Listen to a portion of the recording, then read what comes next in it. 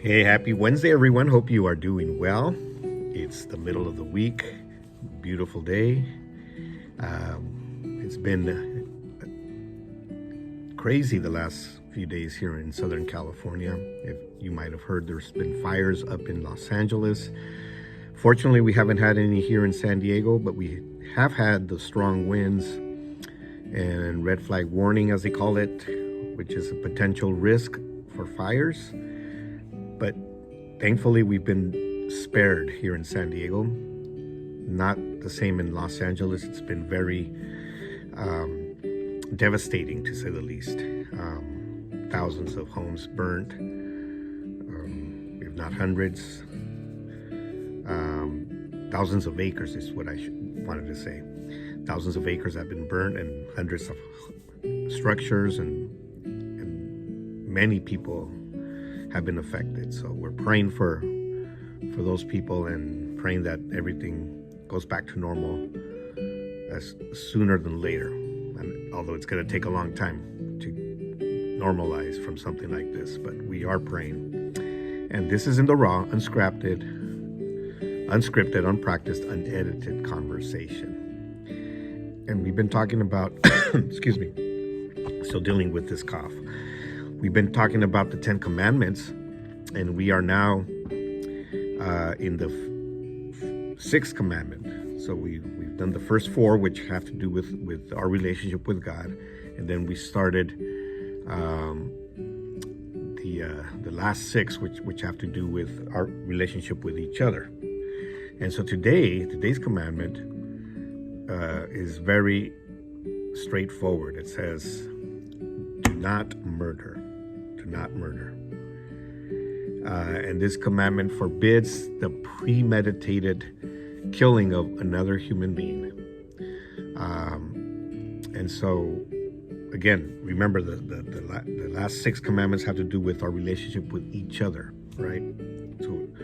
So it has to do with not killing, premeditated not killing of another human being. And it happens, unfortunately. It happens in different circumstances. Some of the circumstances are unlawful, and people get arrested and prosecuted for that. In other circumstances, it's not. Like when you go to war. You go to war and people kill each other. And, that is not, it's never good. And I understand, wars happen. They've been going on in history. For most of history, there's been wars and people have died, and it is unfortunate. But I do want to focus, though, on the premeditated murder, because we hear this all the time in the news, or we see it happen, maybe not physically or in person, but we know it happens around us, people killing each other, for disputes, to commit a crime, different reasons. And, everybody will agree that it's not a good thing. It's not a good thing. But, we are all human. And when it comes to a very specific and very particular issue, it also applies to that, in my view. And that's the issue of abortion. And there's a lot of different opinions, a lot of different lines of thinking about abortion, and I understand, and I try to understand every stance on that. And I get people that say, yeah, it's a woman's right to choose, and I agree. Everybody, not just a woman, a man, everybody should have the right to choose what happens with their own body. But when there's another human being involved, inside a woman's body, then that's, do we have the right to choose for that human being, for that baby? And again, there's a debate. When does life begin? Does life begin in the womb? what point does it begin? Some people argue it doesn't. It's not a fetus. It's just tissue that's there, and so with that aside, I think that if we go cold facts,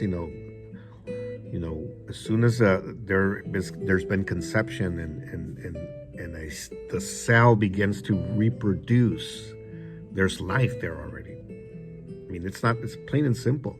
As soon as the cell is fertilized, the egg is fertilized, it starts to reproduce. Something starts to move inside. Something starts to happen, and that is life. When things start to move, when the seed is planted in the ground and it's watered and it starts to move, the seed in the ground starts to have movement.